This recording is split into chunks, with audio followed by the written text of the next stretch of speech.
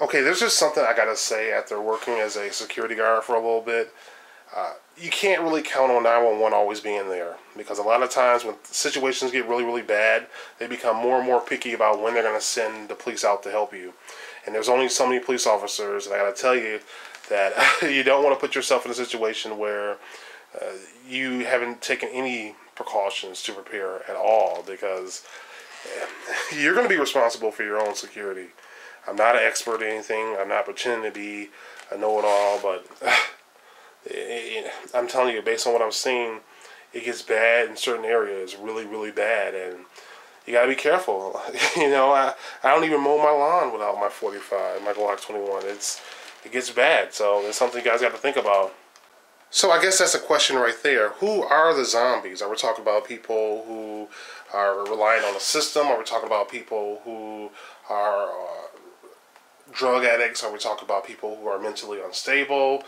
I mean, I wonder who do you think the zombies will be? Because a zombie could be somebody who's pretty well off, but simply didn't prepare, in a sense, and ultimately, these guns should be like the last resort. The idea is to avoid the conflict, avoid the problems.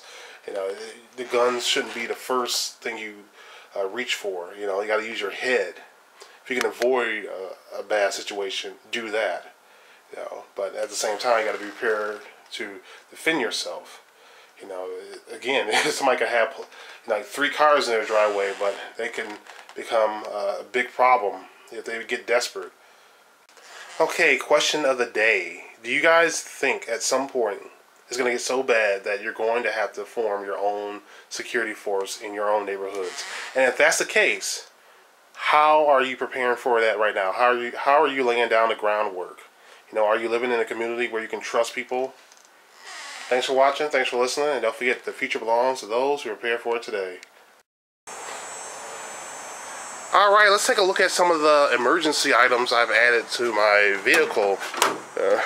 I recently went down to Detroit to visit family members. And they took note of some of my changes. Well, for one thing, I bought some water. Plenty of water, because you always want to make sure you have some extra water.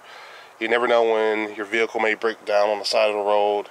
It could be something just that simple. You can have a problem with your battery, or your car don't start up somewhere. It can be an EMP. Not likely, but again, you never know. All right, and here you go. This is a MRE, meal ready to eat. Okay, it even comes with a heater. Now, I got this at Hubbard's. The same place where I found my baton, same place where I found the military ammo boxes. Pretty cool stores right here in Flint, Michigan. And, some of these are better than others. They'll tell you that. You want to talk to some people who also buy some of these things. The meatballs are supposed to be pretty good. The beef patty is supposed to also be fairly good as well. So essentially this was developed by the Department of Defense. The Army uses it, and essentially it has a heater that comes with it. These things last for many, many, many years. I don't even think there is an expiration date because they're designed for the military. Okay, and it comes with its own little heater, so it can heat up the food for you. And if you're in a bad situation, this guarantees that you can have something to eat. I think it's an excellent item for your vehicle. I'm gonna start getting more for the vehicle and the house, actually. And there goes another Coffee Mate jug. I don't even drink coffee. That's what's weird about it. But I had to use it for something, so I've been using it for ammunition. But of course now I have ammo boxes. All right. This has nothing to do with prepping. Well, this is common sense. I finally got around to getting a good jack.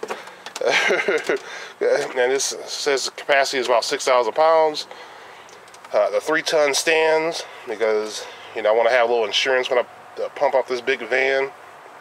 I actually came across some sand, some play sand, and I know that Miami Prepper was talking about a sand biofilter, and I was wondering maybe I can create a small version of that with this type of sand, this type of play sand. They're about to throw it out at the site, and I was able to pick it up, and I carry things like Super Clean and transmission fluid in the back, and I have, you know, a big oven, well, a wood oven. You know, not really high end, but it's something. I have a little tent, some extra clothes, a little propane heater for food, cook food on. Should probably actually put some propane. I'm kind of nervous about putting propane, even a 1 gallon, I mean even 1 pound, whatever, a little small one in the back of this vehicle. Guess I've seen too many movies, but anyway. All right, oh, a little Alaska hat, a hat I got from Alaska. Okay, I gotta get a lot more organized, but this is my charger for the battery, air compressor that a friend gave me. Definitely gotta get a new box. Funnels. Alright, I usually carry a lot of fluids. Power steering leaked, but anyway, I gotta put this in a safer location. Brake fluid, oil treatment. Should also get some coolant as well.